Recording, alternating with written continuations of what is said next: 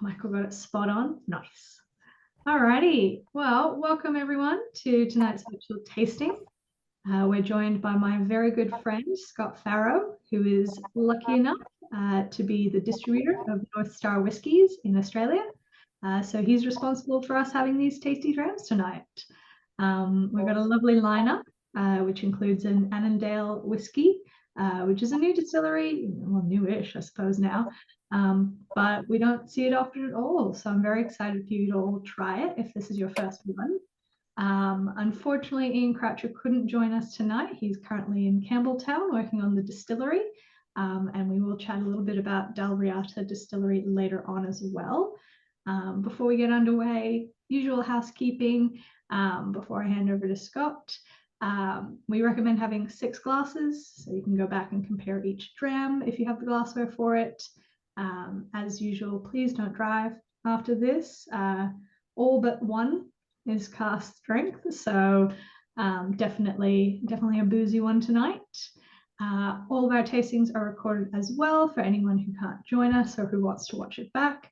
And please pop your tasting notes and questions in the chat. We will try and get as many questions answered as possible. And I know we love to compare tasting notes, and we're all working on our palates. I know Leo and Michael are really honing their skills, I suppose you could say. So super excited for that. But yeah, without too much further ado, I will hand it over to Scott, who will tell us a bit about North Star, maybe crack into the first one, which is the most exciting and new release from North Star, and you can tell us about that too. Thanks, Emma. Good evening, everybody. Thanks for joining, and yeah, welcome to Wednesday night. It's always a great night to have a whiskey, I find, anyway. Well, any night's a good night to have a whiskey, but especially Wednesday night, hump night. But yes, welcome, and I hope you feel comfortable enough or free enough to ask questions as we go along. I don't like to rabbit on about things and have you not try the whiskey until I've finished speaking.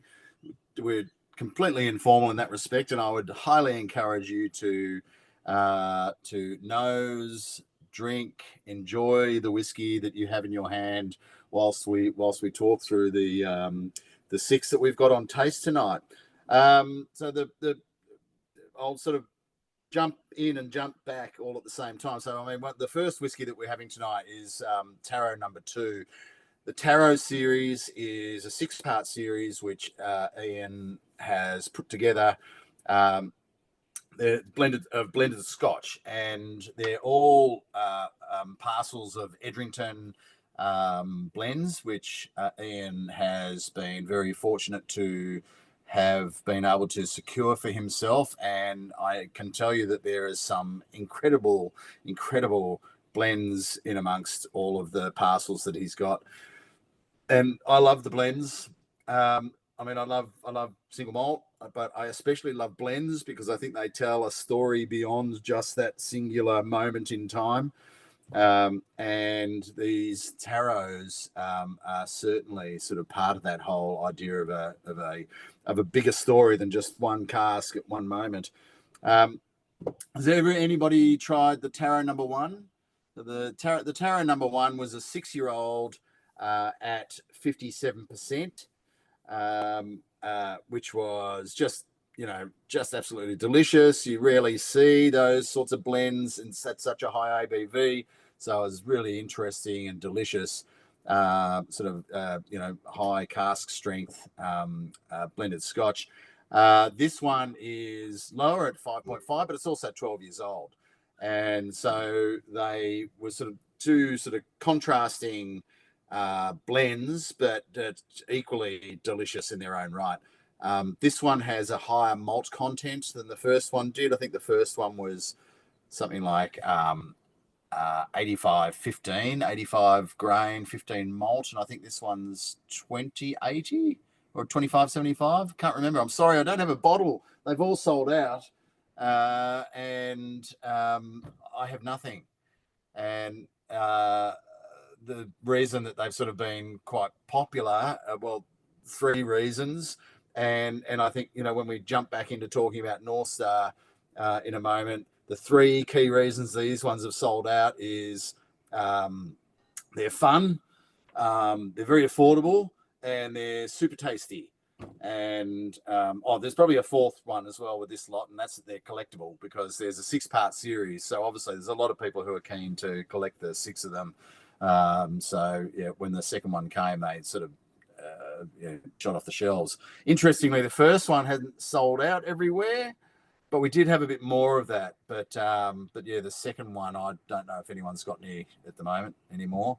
But anyway, yes, the Edrington, as people would know, is the group that own Macallan and the Highland Park, Glenrothes.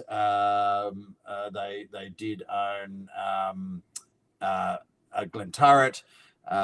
They sold Glenturret, but I think they still get liquid from Glenturret because, of course, they own the famous grouse brand, and that brand is still very much a market commercial brand. So the components of this whiskey could be any one of all those distilleries, plus I think it's North British is the grain. And I don't know what the makeup of those different distilleries are. It's impossible to know. When people say, "Oh, well, how do these blends even come around? Why are they there? Why aren't Edrington using them?" And I think, quite often with these blends, the blended scotches, the blended malts that we see around, they are these big companies. They're commercially driven. They've got all this whiskey around them, and then the marketing department has a great idea about making a new brand, and then they say to the blenders, "Can you please blend us up whiskey? We want it to be something like this." And then the marketing department, "Can you play?" They'll go away and they'll think of this wonderful new sexy name that they're going to create to put into the market. And then somewhere along the line, someone says, "No, we're not doing that now." So all this whiskey that got blended up then goes and sits in the warehouses, and it's not until and they've got no use for it because they're not doing anything with it now. But they usually fill it into big inert butts. So really tired old sherry butts. These ones came out of big old Glenlivet sherry butts, but they're inert butts, so they're not doing anything. They're literally just holding vessels, so they're really not imparting anything. Whatever you're getting from the whiskey has come from the barrels that they were in previously before they got blended up. And these ones have been sherry, I think, heavily Oloroso. But I thought this was totally delicious. I definitely prefer this one to the first one, which was, I think, the Fool. The Fool. This is the magician. Yeah. The Fool. Yeah. Look, absolutely. I did also. Sorry. Yeah. No, that's all right. Michael was just asking. This one has less grain in it than the Fool, or more? It has less grain in it. Yes, only slightly. Okay. Only slightly. But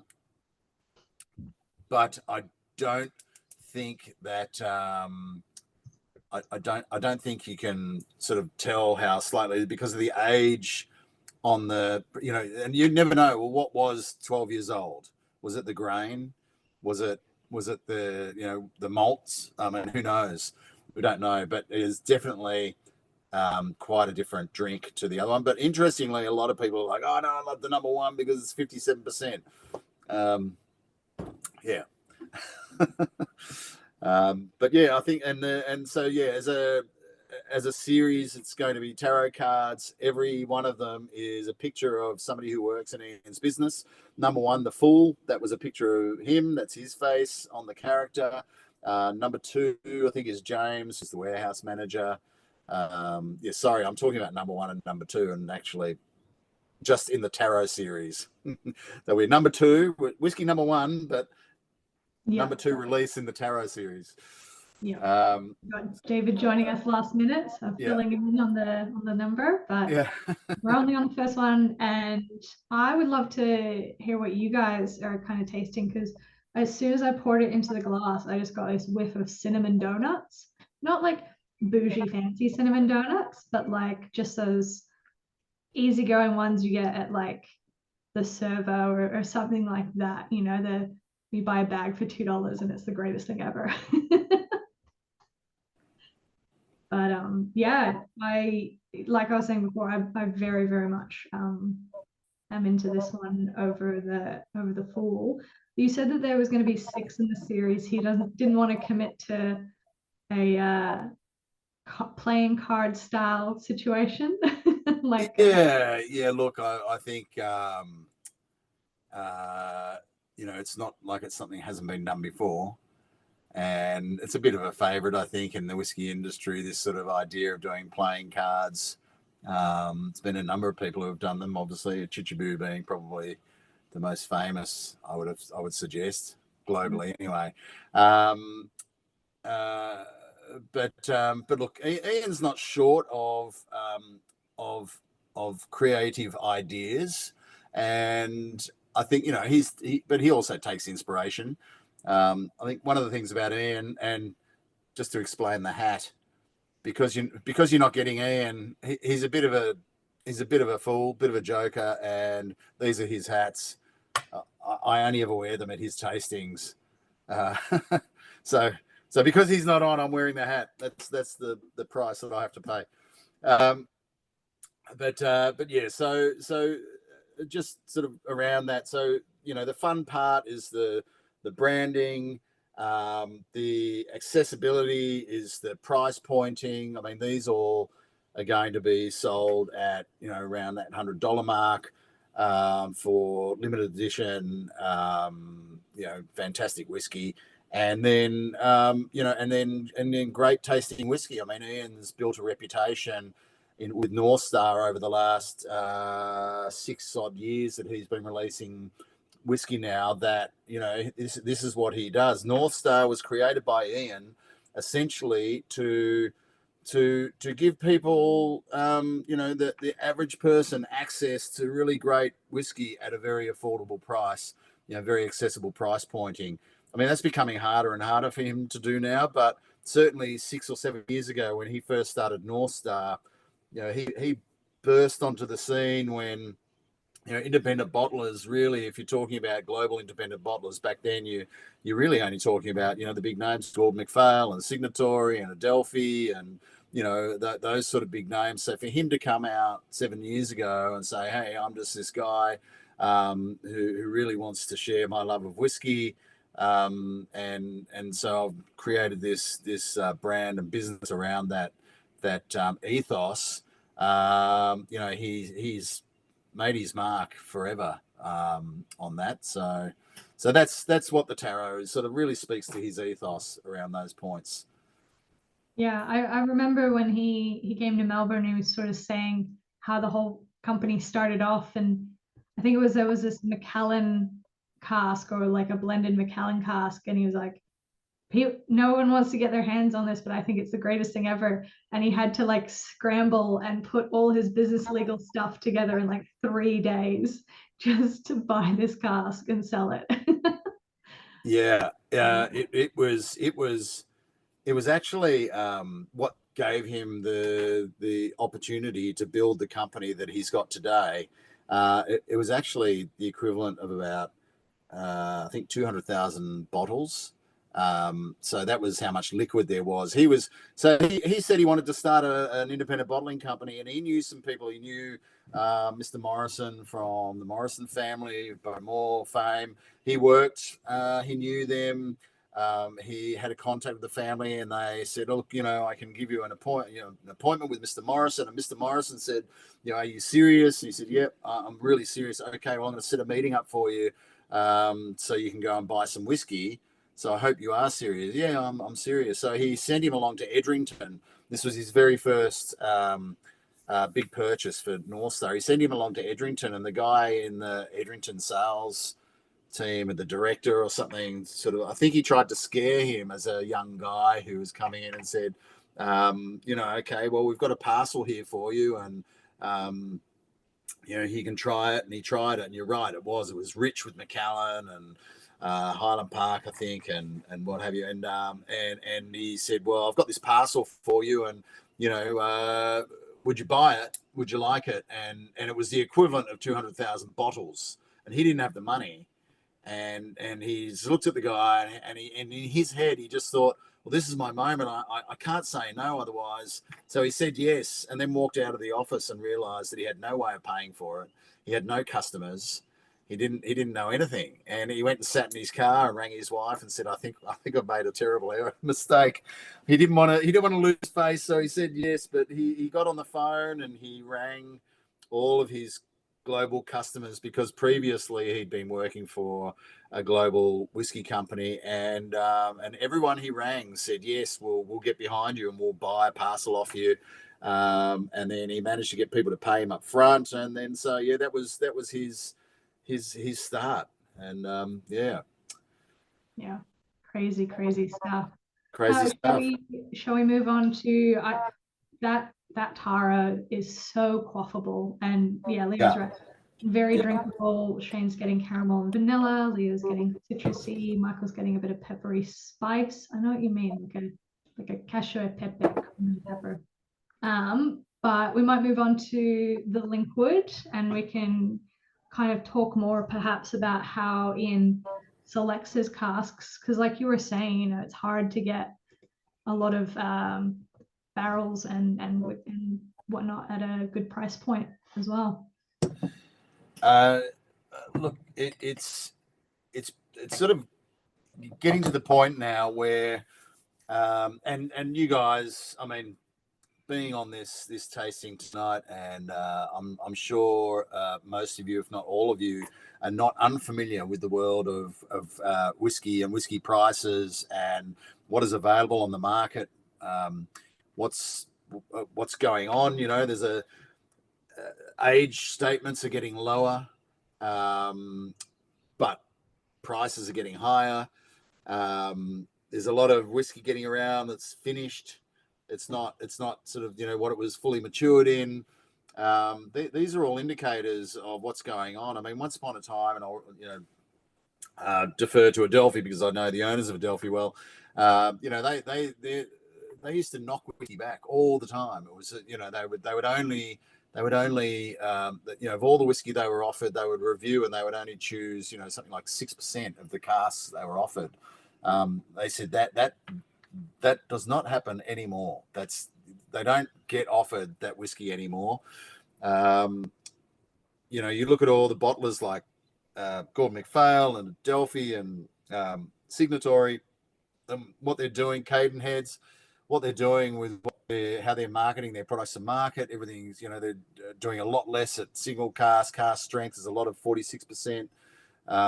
It's trying to stretch it out further and further. And Ian's certainly run into those. Luckily, Ian's been around long enough, and he has shown enough seriousness in his journey that now he still gets offered.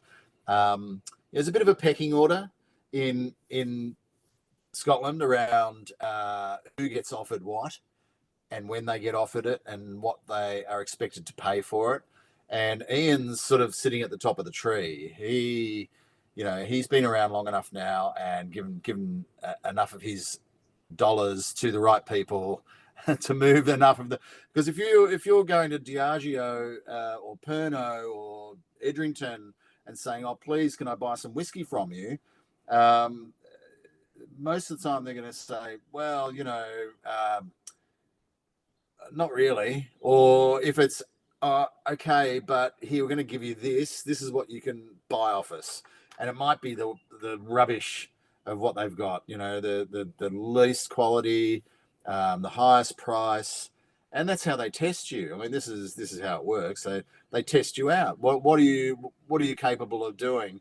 And then if you can show that you can cut your teeth and move some of this, products that they just have zero interest in, then they say, okay, after I'm talking, this takes years, but then they say, okay, now you can look at this spreadsheet of what is available, and you can choose maybe a couple of casks off that spreadsheet. But to get access to those casks, you have to sell a lot of other stuff to get there. And then, you know, and the quality of what you're being sold.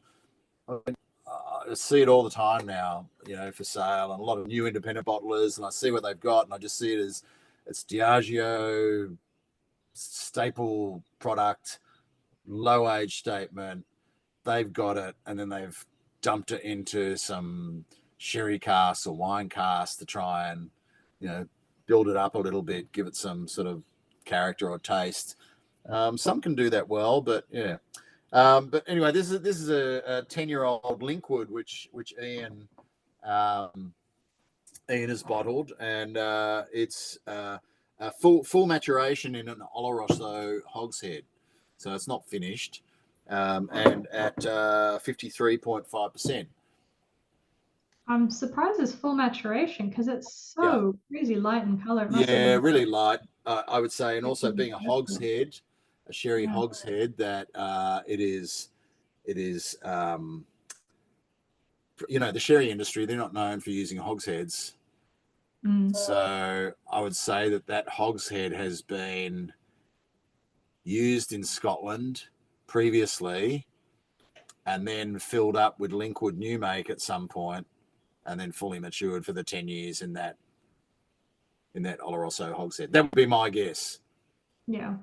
Also, as I was typing the tasting order, I was like, Oloroso Hoggy. And I'm like, oh, wait, no, I should probably write Hogshead. You know, I was like using the shorthand of Hoggies. But yeah, they're obviously something we see quite a good amount of in the Scottish whiskey industry. But yeah, like you were saying, they're cut down from larger sherry casks from like Spain and Portugal and whatnot.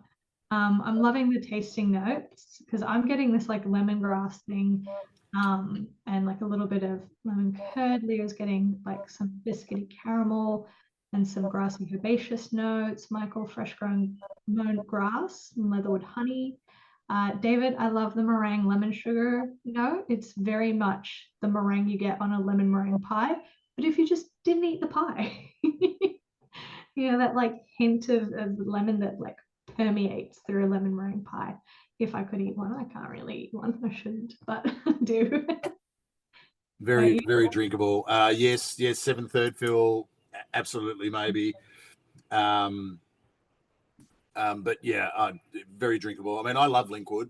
Linkwood for me is this fantastic distillery that, I mean, if you can get, for me, I love bourbon barrel whiskey, and Linkwood for me as a distillate sits really well in bourbon wood, ex-bourbon casks, American oak. Just as a beautiful fruitiness about the Linkwood character that I think just marries really well with ex-bourbon casks. But I really like this because it is not a heavy sherry impart. You've still got that beautiful fruit driving through in there. It's very confectionery sort of style. I've got a sweet tooth, so. You and me both, Scott. We'll have to go for dessert next time we catch up for coffee. Yeah. Yeah, I think Linkwood's great. It's another one of those Diageo distilleries that just gets underloved and sidelined. And I think moving to the next whiskey, it's also a Diageo distillery, isn't it? It is. Glenlossie, another one that is unloved, but also, I mean, how fantastic to get into IBs, because we get the opportunity to discover these distilleries that no one talks about. No one often has on offer. We only see it at our favourite whiskey bars or with our favourite IB bottlers. And yeah, Glenlossie. But Glenlossie is another one of those that I think produces amazing distillate, and obviously is used by Diageo mainly for blending. What an incredible fact that Diageo essentially own a third of the Scotch whisky distilleries, and most of what they produce all goes into blending. But the thing that it's very easy to dismiss these big companies, but I've got to say, full kudos to Diageo, because I don't know many of their distilleries that produce an average whiskey because it's just for blending. Like I just feel like everyone who runs their distilleries independently are all still striving to make the best whiskey that they possibly can. I think the Linkwood that we had before, and then this Glenlossie that we're about to walk into, drink now, I think, is just a great example of that.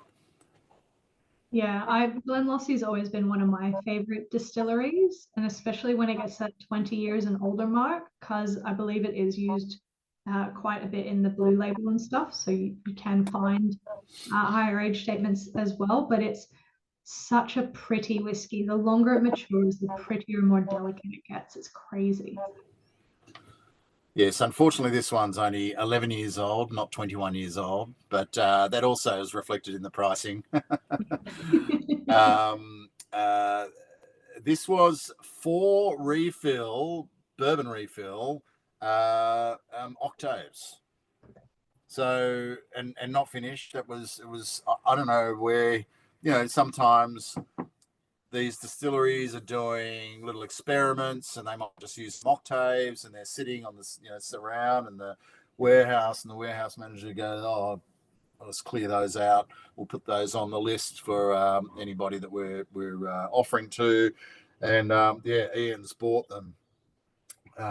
So yeah, this is at 61.1%, which is really high ABV, especially if they've come out of Octaves, small format wood.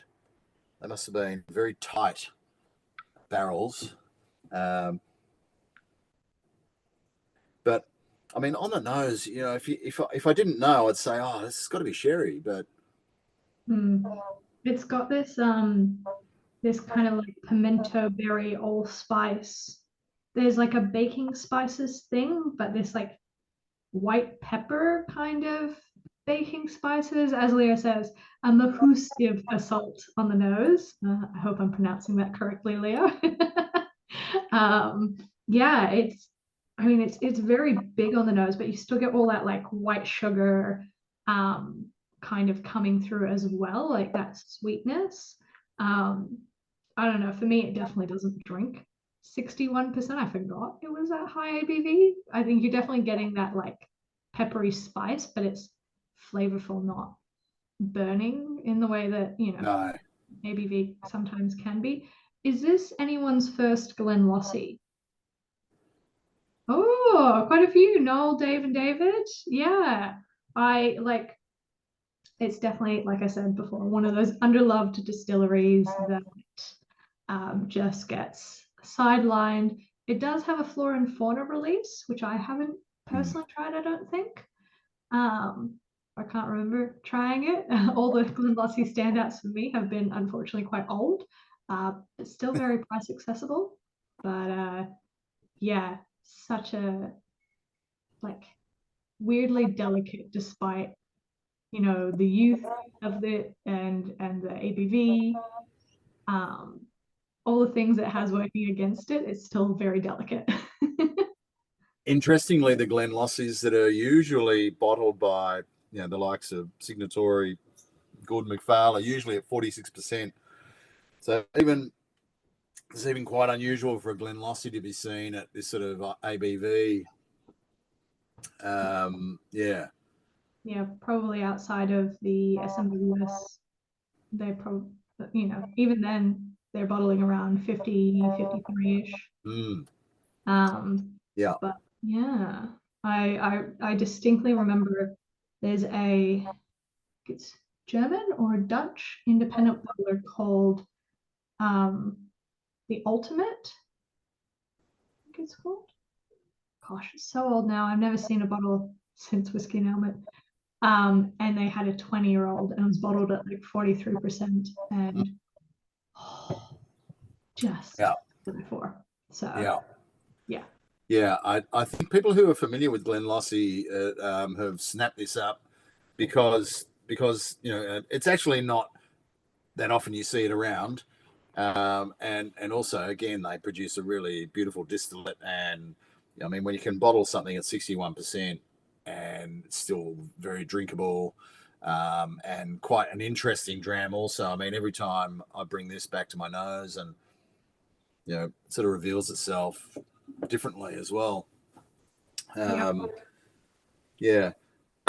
This is, Ian Ian doesn't bottle for the sake of bottling. He's always been happy to put himself out there. I mean, when he did the Vega range of blended malts, everyone was just like, we don't drink malt blended. We don't drink blends. We don't do this. We don't do that. And he really put himself out there, ahead of the curve a little bit. And it wasn't so much because he didn't have other whiskey to bottle. It was just that he's like, this is so damn good. And I'm prepared to put it in a bottle and put my name on it. And God, if I had have known then what I know now, I would have not sold all those 40-year-old blended malts for a couple $100 a bottle. Yeah. Would have held on to a lot more of them.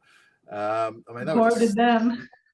stunning whiskies, but so I guess it's just about Ian and North Star. That's kind of again, he's not afraid to put himself out there. He's done it on so many occasions. He did it with the Spiker range with his blended Scotch. Again, there was big age statements and incredible whiskey. And again, at the time, it was like people were like, oh, blended Scotch, I don't know about that. But then as soon as people try them, they're like, oh, okay, I see why you bottled this. Yeah. Even though that's becoming harder to do, he still does it as much as he can. Just sort of he's busy. He's always busy. Yeah. Well, We, I love Leo's notes with after a little while, maybe it just needs a bit of time to blow off, but that classic bourbon, cask, vanilla, and coconut. Definitely agree on the coconut coming through. I'm interested. I know we'll do the poll at the end as well, but I'm interested from Noel, Dave, and David.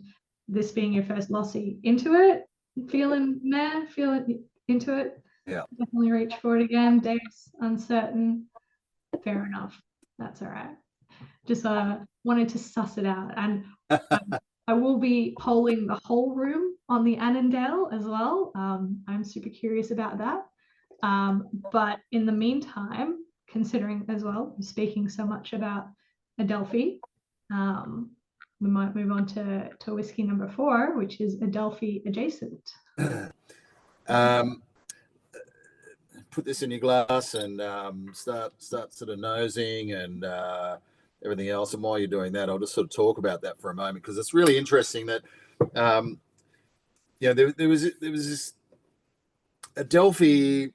Of course, every independent bottler would love to be a distillery owner also, but there's been plenty of people who've been quite happy to be just independent bottlers and not worry about a distillery. There's a lot of pain that comes with being a distillery. A lot of huge amount of investment, huge amount of getting things right. If you get it wrong, it can take years to fix up. You don't want to be putting your first whiskies out and people dissing it straight off the bat and then having to spend years reconvincing people to try your whiskey again. So why would people do that? Why would Adelphi build Ardnamurchan? Why would Gordon MacPhail have distilleries? Why? I mean, it's romantic, yes, but there's a lot of reality around all of that as well. Why are the Thompson brothers building a distillery? Why are all these independent bottlers doing it? Why is Ian Croucher building a distillery in Campbelltown? Apart from the fact that, of course, why wouldn't you want to? Why should Springbank have all the fun? Kilkerra and Glen Scotia. It's actually really surprising that it wasn't until now that of all the places that people have been building new distilleries, that no one else was bothered with Campbelltown. I actually found that really a little bizarre. That I mean, with the did sort of, were they warned off? Was the, you know, was the yeah, with the town just saying there's only room for 3 here, or what? You know, what was the, you know, Yeah. was it anyway? So Ian's building a distillery in Campbelltown called Dalriata. And Dalriata has just been given permission to do that. It's a long process. There's three new distilleries going into Campbelltown. Dalriata is one of them. There's another couple. There's the company behind Rosé. They're building one there. And then there's another company that I cannot think of the name off the top of my head. I think they're an English company, but they're going to build a big distillery in Campbelltown as well. One of the reasons that independent bottlers are doing this is because it's becoming so hard to buy whiskey. It's becoming so expensive, and it's becoming very difficult to access the really good whiskey, the really good casks. I mean, they're going for just such extortionate amounts of money. The Asian market are happy to pay, you know, whatever for it. I think the German market probably pay quite handsomely for good casks as well. But one of the ways that independent bottlers are able to start sort of reinvigorating their access to good whiskey is by having their own distillery. If they've got their own distillery, suddenly they're somebody else who's got liquid to trade, and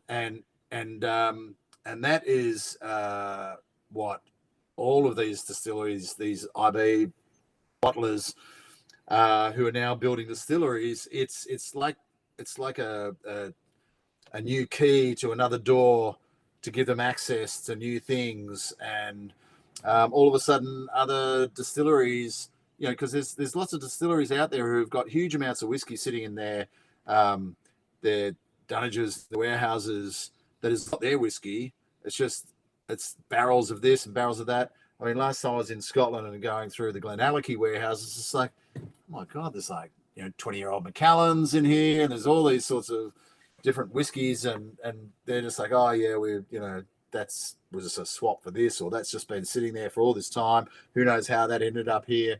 But that's one of the reasons, of course, not the only reason, but it's one of the reasons why independent bottlers, if they can, starting to build distilleries, because they also get access to liquid for themselves, apart from the trading.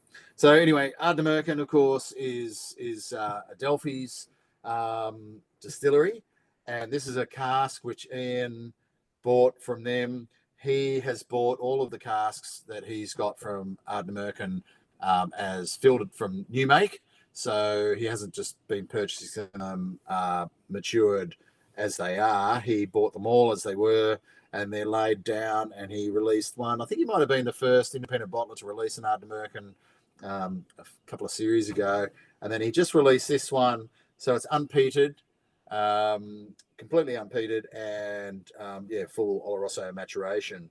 And as who hasn't had an Ardnamurchan here? Should I ask that question? Oh yeah, Leo. Okay, Leo.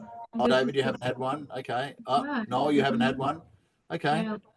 Leo was saying Yeah. his first Ardnamurchan, and it won't be his last. Everyone's loving the spicy and the spices. French polished wood on the nose, nutmeg and cinnamon spice on the finish. Super long, baked bread rolls. Matt's getting carrot cake. I totally know what you mean. Like when you get the walnuts and the spiced, like you got to make carrot cake with walnuts, obviously. I'm getting on the nose. I don't know if anyone's ever had it. They're those Greek hard lollies called Copico, and they're like supposed to be coffee flavored, but there's nothing even relevant to coffee in the way that they're flavored, but it's this like quite bitter but sweet at the same time spice note thing. It's very, very cool. I think Ardnamurchan have, you know, they're still building their brand, but their whiskey it's exceptional.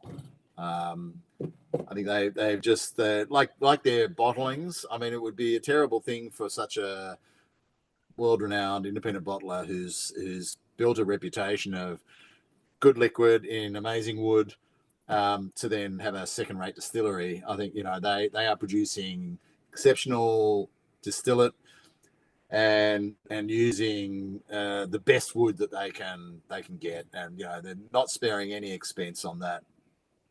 I mean, if you and I think it just shines through in this whiskey. Their core offerings is lightly peated. So if you get an opportunity to try their core offerings, it's quite different to this. This is totally unpeated, and their core offerings, I think it's a vatting of some bourbon as well as the sherry, unpeated and peated. So, but gorgeous, yeah, absolutely stunning liquid. But yeah, as a single cask representation of Ardnamurchan, I love this. I think. Again, most of the Ardnamurchans that have been getting released as single casks have sort of got more of their signature lightly peated, heavy sherry, that sort of thing, whereas this is completely, unpeated. Spirit comes through amazingly, especially in ex-bourbon casks. Yeah. I think ex-bourbon cask is such a wonderful window into a distillery because you can't hide in a bourbon cask. You can mask some faults in sherry and wine, what have you. But when it's just bourbon, it's like if there's some faults in the distillate or the distilling, it really comes through in bourbon. Yeah. It's amazing to see Ardnamurchan going from strength to strength. I got to try some of their very early stuff in their early bottlings, and I was like, oh no, it's not great. I think they were kind of more at the forefront of these bottlers becoming distillers. And we're even seeing, we were talking about the Morrison family before. The Morrisons had Bamore and a whole bunch of distilleries, sold it, started an independent bottler, and now they're creating a distillery again, which I cannot pronounce the name of for the life of me. I'm not even going to try it. But yeah, I think Ardnamurchan was the first to really dip their toes in the water, and I was like kind of worried about them at the start, but every Ardnamurchan I've had in the last 2 years has been absolutely stellar. So I was like, okay, it was just first day jitters, I suppose you could say, those early releases, but they're really finding their stride, and it's so great quality. And I agree, Michael, the lightly peated is definitely the best in the way that they're being and sold and stuff. It's such a tough thing being a new distillery that doesn't have endless sums of money to just keep going until one day you're ready to show everybody, because you kind of got to put yourself out there early on just to get some cash flowing. And it's such a long game, whiskey. I mean, it's one thing to show people your DNA, but if that DNA is not sort of exciting people, they might, most people's whiskey is not going to really hit its straps till there's 10 years under its belt, sort of thing. And that magic number, that's a long time to have to wait. And if you've got to sort of reveal yourself a little bit before then, it's a scary thing to do if you were owning a distillery, running it, but or if you were an investor in a distillery. Yep. 100%. Well, I think it might be time for the one I'm most excited about, because I am very curious about this Annandale, because very much like Ardnamurchan, I have tried some early Annandale, and again, it was not great. So I'm very excited to go back and taste some older Annandale, because I've heard from some very good friends of mine that it has gone from strength to strength as well and gotten amazing, and the single casks are incredible. So I think we're ready for whiskey number 5, the Annandale. And I've got some photos that Scott has sent me to share, so let me open them up and you can talk us through it, Scott. Annandale was really interesting, actually, because I was over in Scotland last year and went to Annandale, was invited up to go, or down to go and have a look. As on my way back to London, stop in, say hi, and Ian had been talking about Annandale, and he's like, oh, I'll come down with you guys and just have a look at what they've got. And Annandale, so Annandale was around originally since the early 1800s, I think, was when it was first bought, originally built on, I should say. And then it was bought by Diageo at one stage. It was an original Johnny Walker distillery. So, lots of history there, but it was closed from the early 1900s until it was bought. So it was literally mothballed. It wasn't even mothballed. I think it was just closed and emptied of everything until it was bought by some new owners in 2007. And the new owners, they're wealthy people who are whiskey lovers and just, like some of the distilleries in Scotland, it was just became this, oh God, I wish I could own a distillery. Annandale was an option for them. So it's in the lowlands, right down south on the way to the border of England. But beautiful place surrounded by a forest, and got this wonderful sense of history about it. But really, it's the only distillery in Scotland that I've been to where they've got this forest where they keep all their barrels in. Where every other distillery, basically, there's no trees anywhere. There's no trees, just farmland or the likes. So it's quite lovely place to go and visit. So when they reopened the distillery, bought it in 2007, and then they were recommissioning it, they had Dr. Jim Swan came, and he, what distillery didn't he consult to in the sort of first part of the 2000s? I'm not sure, because if you think of all the names of all the distilleries he's had anything to do with. Anyway, so Annandale was one of them, and he built it. He gave them his thoughts on what to do. I think you can only see two stills there. There's actually one more, I think, and it's an identical setup to Lindor's, which is up Lindor's Abbey Distillery. There, three stills. So they've got one wash still and two spirit stills, which is, it's an unusual setup. Usually that's not usual. So one wash, two spirit stills, and then but wooden washbacks. And trying to produce a really light, fruity sort of style. And they do a peated and unpeated spirit runs. Now, Emma, and everyone, I sort of admit, when I came to Annandale, a lovely tour and everything else, and they gave me some of their whiskies to try, and I was a bit like, not really sure. I've got to say, I wasn't enamored with what I tried. And I think they're a distillery that still is on their way to working out what it is that they're doing. They sell a lot of single casks. Like, literally their business model seems to be built out of single casks. What they love to show you after they show you the distillery is take you down to the barrel rooms and show you this Princess Anne, this is her barrel. This is this famous person. These are all the barrels that are all owned by people independently, and it's just like, oh wow, that's amazing. But what's your core story? And they didn't seem to really have one, and I'm not sure they do now either. And I'd sort of think so. It was interesting that Ian was down there and he was looking at stuff, and then he said, "Oh, I think I'm going to buy some." I'm like, oh, okay. Well, I don't know if I would, but Ian's got a pretty good palate and he knows what he's doing. And the thing that I like again about Ian is that he's willing to put himself out there. And I haven't seen any Annandale being bottled by independent bottlers. And I think it's just because of that whole Annandale, oh, I'm not so sure about them, and no one's heard of them, and why would anyone buy it, and all the rest of it. But I love that Ian's like, no, this is a good cask, and it's got really interesting liquid in it, and I'm willing to buy it and bottle it. And so he did, And I'm glad he did, because, you know, it's one out of this series 21, 22. Well, this is series 21 actually, but it didn't come until we got series 22.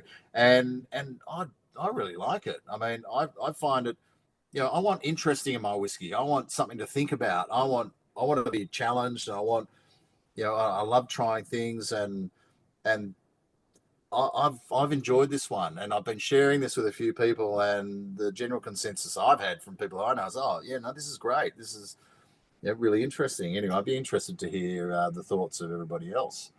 Yeah, I completely agree, Leo. Leo's got a great uh, description: honey on the nose with limited peat influence, but beautifully integrated light peat on the palate.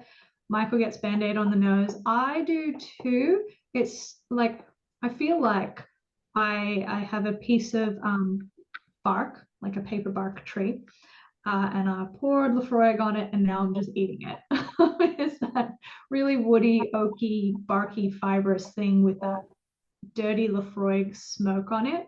Um, I'm not a big fan of Lafroig. I'm definitely enjoying this. I think it's not my style of peat, but Michael's really enjoying it. Growing on him, strong red fruit on the palate, bit chewy as well. Yeah, it's let's just say it's worlds better than the first Annandale I ever tried. They're definitely on the up and up. That's for certain. But yeah, they've taken this really kind of island, Aaron meets Lafroig kind of turn that I was not anticipating. So Yeah, yeah, I know. It's that's what I've loved about it, because it's a lowlands distillery, and people do not talk about the lowlands in these sorts of terms at all.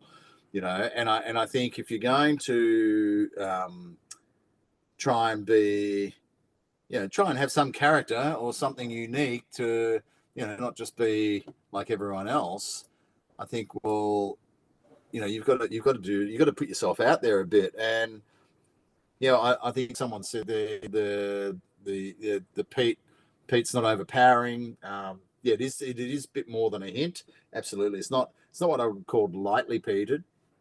Um, but I really love, there's some gorgeous sort of fruits on the nose for me that sort of follow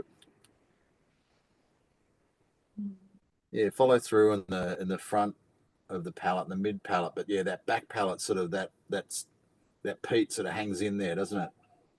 yeah, I'm really, for me the peat's really sticking. It smells and tastes like and you've been by a campfire and you know let the smoke go stale on you, and like all you can smell is your like stale smoky ashiness. Yeah, we need some barbecue and you know, Exactly. sit around a campfire. Um, yeah, I mean, I just really like it, because I just think it's just, it's not lowlands as we know it. And yeah, they've really taken some inspiration from, you know, Highland peated whiskies. But I think there's this sort of fruity, sort of that light fruity style, sort of yeah, the lowland take on a Highland peated whiskey is my sort of Yeah. Yeah. I honestly wouldn't be surprised if you told me this is from the Isle of Harris or Orkney or anything like that. It's very like that saline, yeah, salty, yep, yep, smoky, earthy kind of thing. yeah. Leo doesn't believe it's that bad. You know what? I'm going camping this weekend. I'll bring this sample along and I'll compare how I smell to how the whiskey smells. Yeah, do it. Right. But look, I think the overall message for me with this whiskey is that, you know, don't be quick to write off distilleries when they're young and they're sort of, you know, trying to find their way. This is still only 7 years old, so it's still very young, really, in the whole scheme of things. But I think eminently drinkable. I mean, it's a good cask. Like, the wood is good. I mean, I think there's a nice integration. I don't think it's overly sherried. You know, I think there's a nice balance there between the wood and the distillate and the. Yeah, yeah, I completely agree. It's definitely an interesting one. And just a quick show of hands for who has had an Annandale before this. No one. Is this everyone's first Annandale? Nods around the room. Wow, amazing. Well, I honestly I think this is probably one of the best introductions to Annandale you could get. Um, it's definitely even though it's not necessarily my jam. You know, I've got that Laphroaig PTSD where I don't like Laphroaig, which is going to be very exciting considering our next whiskey. I was going to say, how are you going to go? I mean, it's only downhill from here for you. I know. I'm like, look, I'll try it. I've found 5 that I like out of the couple hundred I've tried. You know, what's that saying? You got to kiss a lot of frogs to finally find a prince. Yeah. um, but yeah, so no, I'm very thrilled that you guys got to try this whiskey. And yeah, be introduced to a new friend perhaps. Now we'll move on to the last whiskey of the tasting, and then run the poll. And I will share with you, we have a discount. I believe it was 10% off. Ollie sent it to me. Yes, 10% off North Star whiskies tonight.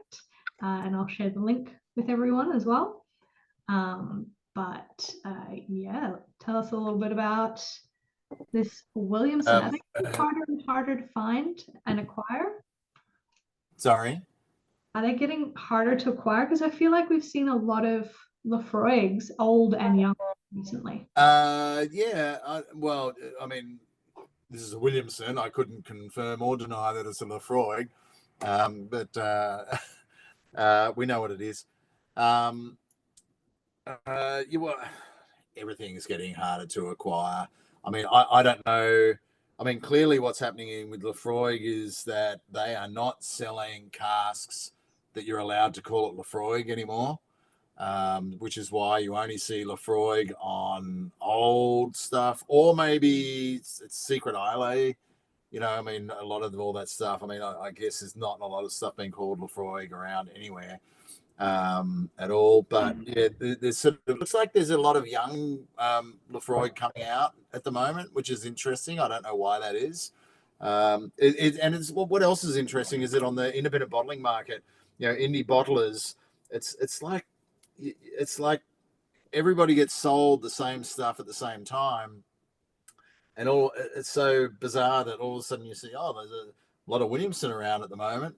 There's a lot of Linkwood around at the moment. Oh, there's a lot of, you know, it just is really. I mean, it just sort of that's how it works. I mean, you know, a lot of the independent bottlers don't have the stocks to be able to sit them and lay them down like a good ale and not touch them until they're ready to touch them.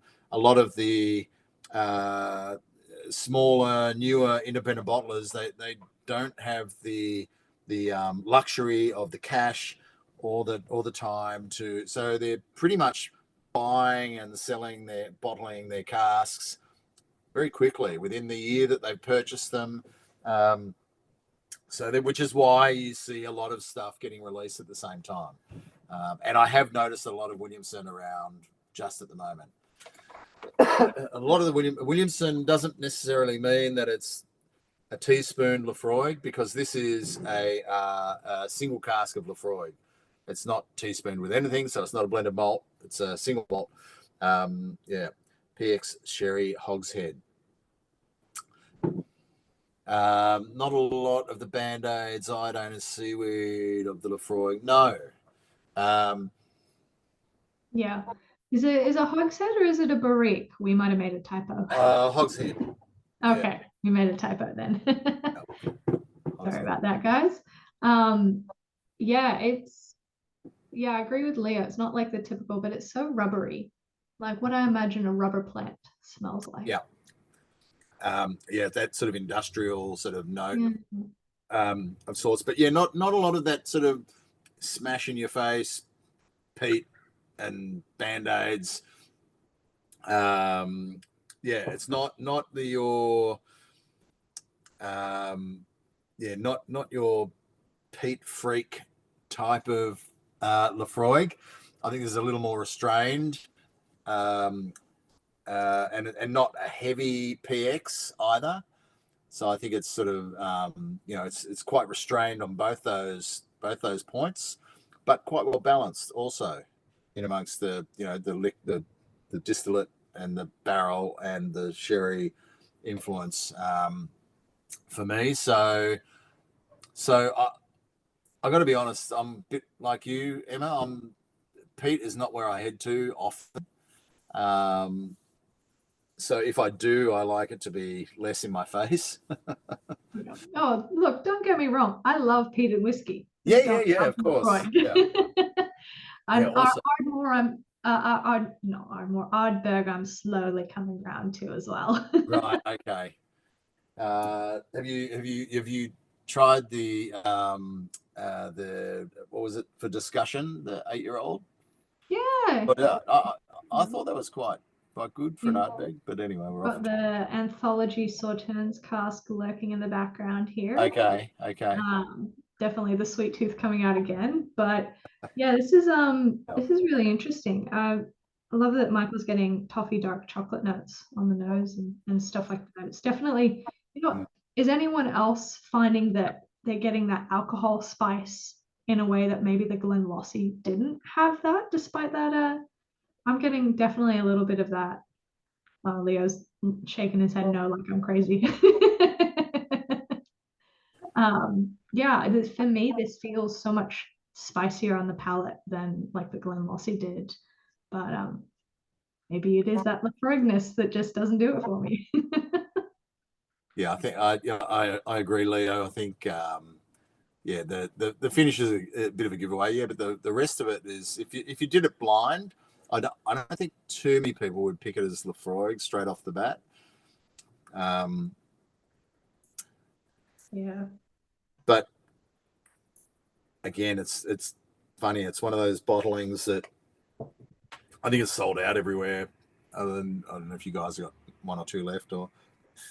But, yeah, I think we have some for sale. I'm not certain. Don't quote me on that. I'm sharing the link in the chat now. If you did want to buy any, the ones that we have in stock are up on the website. I will let you all know now there is only one bottle of the Annandale. That's it. So fight to the death. But yeah, so we've got a 10% off discount for you guys. We've been sitting on these bottles, very well behaved in the warehouse, sitting on these bottles for quite a while in the wait for this tasting. So there's a couple. I might even myself be nabbing a magician because that was really, really good. Matt, this whiskey reminds me of Melgrove peated rye. That call is fantastic. I completely agree. It's that funkiness, but not crazy funky. Crazy, not like Peter Bignell crazy, but but yeah, I might quickly run the poll as well, so we can have an official see of what the favorite is. Now, Scott, you and I can see the poll, but nobody else can, so no spoilers. While that's happening, are you able to show in the background the Dalriata distillery as for an artist software impression? Yes, I can indeed. Just that. I mean, what's that distillery going to look like? Yeah. Because yes, as I was saying earlier, the Dalriata has just been given its approval, so they're literally working hard to get the shovel in the soil. So yeah, there you go. That's an impression of what the distillery, the idea of what it's going to look like. Not your standard sort of distillery, but that's very much Ian as well. And Yeah, so all the barley's going to be grown just outside of Campbelltown on a single farm estate. Dalriata was an old kingdom that took in Campbelltown and part of Ireland, part of Scotland, and Dalriata was the capital city of that old kingdom. And yeah, so that's where the farm is actually where the Dalriata centre was. So that just funnily enough, that one of the owners or one of the shareholders of Dalriata Distillery also owns all the land where the farm is, where they're going to be growing the barley that all comes there. It'll be 850,000 litres per annum they'll be able to produce. So yeah. Yeah, no small feat. I do love, I pointed this out to Scott before. I'm like, I love that they've got the branded truck going out in the background. Yeah, they know exactly their logistics already as well. There we go. Wow. Yeah. Oh, dead heats. All right. Last chance if you haven't voted to get your vote in for the poll, but closing it in 3, 2, 1. And voila, we've got a dead heat between the Lossie and the Ardnamurchan, which to be honest, I don't know what I was expecting to come first today. Because they were also like different and unique and special in their own way. But I'm really thrilled to see Glenlossie and Ardnamurchan getting the love from everyone tonight. I'm glad. I'm really glad the Glenlossie has got that love because it just shows you that if you look around a bit beyond the names, we all look on social media and to our friends. Oh, what are you talking about? What are you talking about? But there's exceptional whiskey out there that doesn't have to cost the earth. Let people fight over that ridiculously priced Springbank or whatever else, because there's plenty of other great whiskey out there that is still very affordable for all of us, and that Glenlossie is one of them. Yeah, 100%. Well, I think that's about it. The poll didn't pop up for you guys. Oh no, I don't know. I think anyone got any that if the Annandale is sold out and anyone was looking for any, I do have a couple of bottles left in the warehouse, so just let Emma know, or the guy send through an email to us. Yeah, we can help out. We'll see what we can do, but yeah, Matt, the poll didn't pop up. You're going to vote for the Glenlossie, which would have made it the winner by 1 vote. But yeah, apart from that, thank you so much to Scott for joining us. Hopefully I'll be seeing you again soon for coffee. Yes, you moved to the other side of town, so I know. I moved south of the river in Melbourne, and now you can't travel anywhere. You're on the south side of the river. We can't cross. Exactly. I think black hole vortex, something like that. But thank you to everyone who came along tonight. Take that off. That's I love the hat though. Oh gosh. Yeah, to share these wonderful whiskies. But yeah, have an absolutely wonderful night. We will see you on the next tasting. And we'll catch you very soon. Scott, if you wanted to hang around for debrief and whatnot. But yeah, thank you so much to everyone else. Take care. Thanks for joining, everyone. Cheers.